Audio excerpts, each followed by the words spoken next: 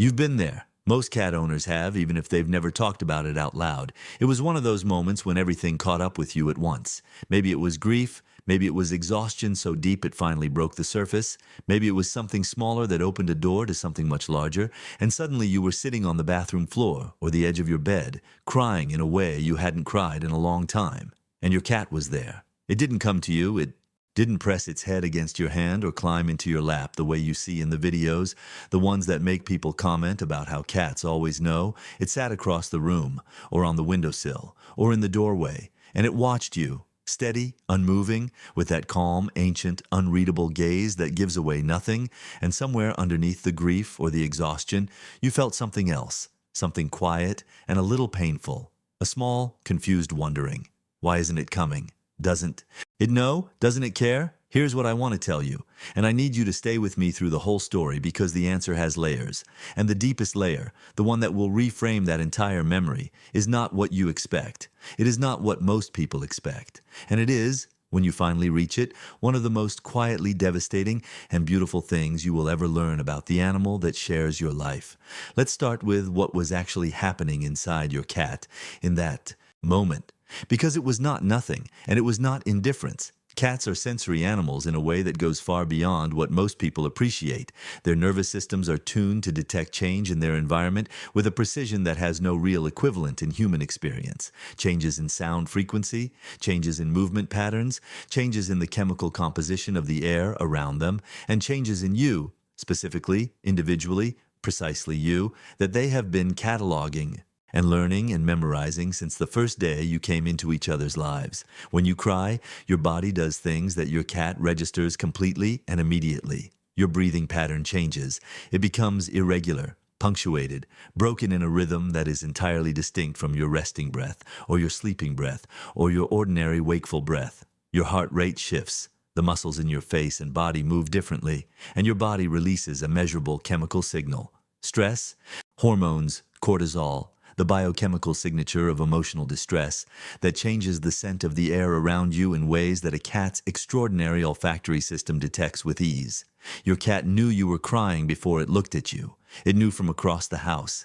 It knew from the other room, through a closed door, from the particular quality of sound and scent and biological signal that your body was broadcasting into the space you share. What most owners don't realize is that the stillness their cat showed in that moment was not the stillness of a creature unaware of what was happening. It was the stillness of a creature in a state of heightened alert, reading, processing, trying to understand what this signal meant and what, if anything, it should do. Something deeper was happening in that quiet across the room than you knew at the time. But here's the thing. Understanding why your cat watched without coming requires understanding something fundamental about the nature of feline empathy. Something that is genuinely different from the human empathy we are most familiar with, and something that has been profoundly misunderstood as a result. Dogs, when their owners are distressed, tend to respond with immediate, visible, physical comfort seeking. They come closer, they lick, they lean, they place their bodies against yours in an almost reflexive act of contact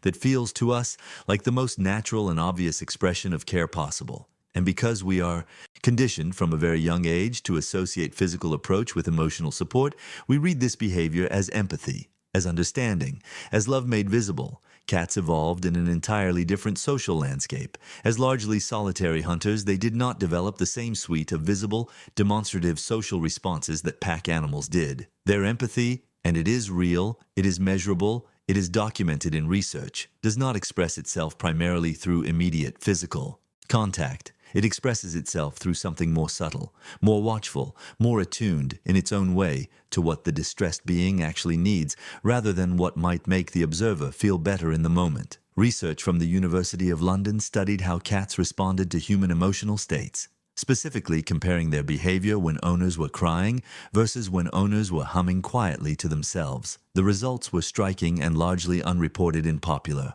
conversation. Cats did respond differently to crying owners. They oriented toward them more. They made more eye contact. They showed more affiliative signals. But the nature of that response was not a rush to physical closeness. It was a quality of sustained, focused attention.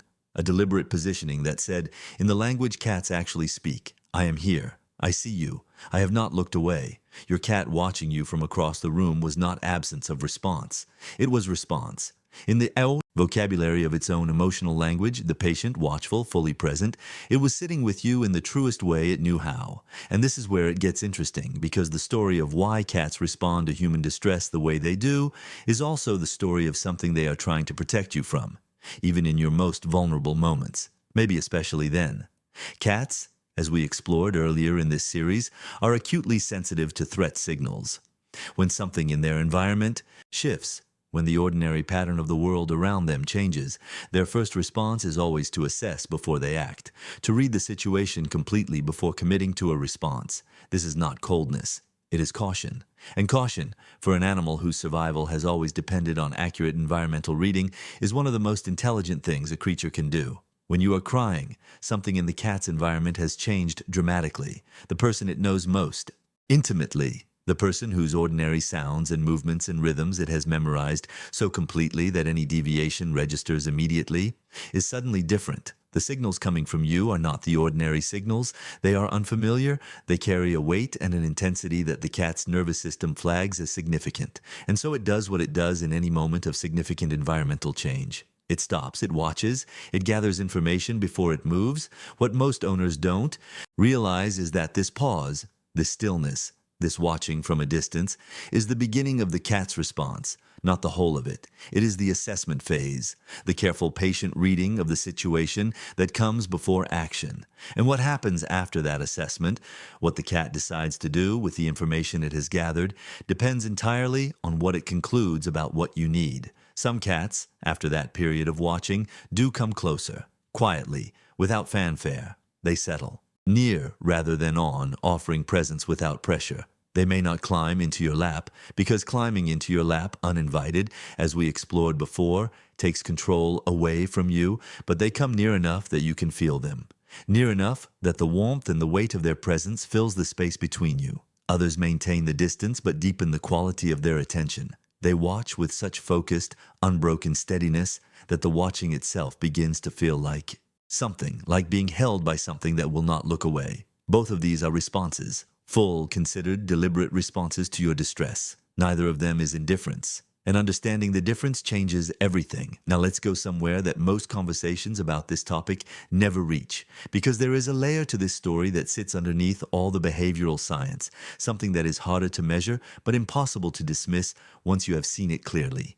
Your cat has an emotional memory. A long one. It remembers not just the events of your shared life, but the emotional texture of them, the patterns of your moods, the particular quality of your different kinds of distress, the specific way your body and your presence feel on an ordinary day versus a difficult one. It has been building this memory since the first weeks you spent together, and it uses that memory constantly in ways that are so subtle and so seamlessly integrated into its behavior that most owners never notice it happening. What this means is that by the time you are sitting in that moment of grief or exhaustion or overwhelm, your cat is not encountering your emotional distress for the first time. It has seen you sad before. It has seen you tired, frustrated, anxious, heartbroken. It has watched how those states move through you, how long they tend to last, what usually comes after them, whether comfort helps or whether what you need in those moments is simply space. And it has learned, the way cats learn everything, as quietly through patient, repeated observation, without making a performance of what it knows. This is why different cats respond differently to their owner's tears. Not because some cats are more empathetic than others, but because each cat has built its response around the specific emotional patterns of its specific person. The cat that comes immediately when you cry may have learned from long experience that physical closeness is what settles you. The cat that watches from across the room may have learned something subtler, that you tend to need space before you need contact, that being approached too quickly makes you pull away, that the most useful thing it can offer is the quiet, steady signal of its presence without the added complexity of physical demand. Your cat's response to your tears was not generic, it was calibrated, specifically, individually, intimately calibrated to you, built from a knowledge of you so complete and so particular that it cannot be compared to anything else in your life. Something deeper is happening here than an animal reacting to a stimulus. This is a being that has studied you with patience and attention and a depth of focus that most humans never bring to each other, and built a response that is precisely shaped to who you are. But here's the thing I want to sit with for a moment, because there is one more piece of this story, and it is the piece that for me lands the hardest. When your cat watched you cry without coming to you, in whatever moment that was, it was doing something that required something of it, something that was not easy, something that went against a powerful instinct. Cats do not like uncertainty. They do not thrive in it. When their environment produces signals they do not fully understand, when the person they love is making sounds and releasing chemicals and moving in ways that don't match the ordinary pattern, it causes a real, measurable stress. Response in the cat's own body. Its cortisol rises, its heart rate increases, its nervous system moves into a heightened state of readiness. And still it stayed, still it watched. It absorbed your distress into its own body, let it register fully, let it matter. And it remained present with it. It did not leave the room to escape the uncomfortable signals. It did not retreat to the quiet certainty of a space where the emotional weather was calmer. It stayed in the difficulty with you, holding the uncertainty, carrying a small portion of what you were carrying simply by remaining. That is not nothing. In the language of what it costs a living creature to do something, that is a great deal. Your cat sat with your pain because leaving was not something it was willing to do. Not because it knew exactly what to do next, not because it had the right words or the right gestures or the right kind of comfort, but because you were its person, and its person was hurting. And in the whole moral universe of that small and ancient creature, that was reason enough to stay. So the next time you find yourself in one of those moments, the difficult ones, the ones that spill over, and you look across the room and your cat is there, watching you with those steady, unblinking eyes, know what you are seeing. You are not seeing indifference. You are not seeing an animal that doesn't understand or doesn't care, or is simply waiting for the strange noise to stop so it can go back to sleep.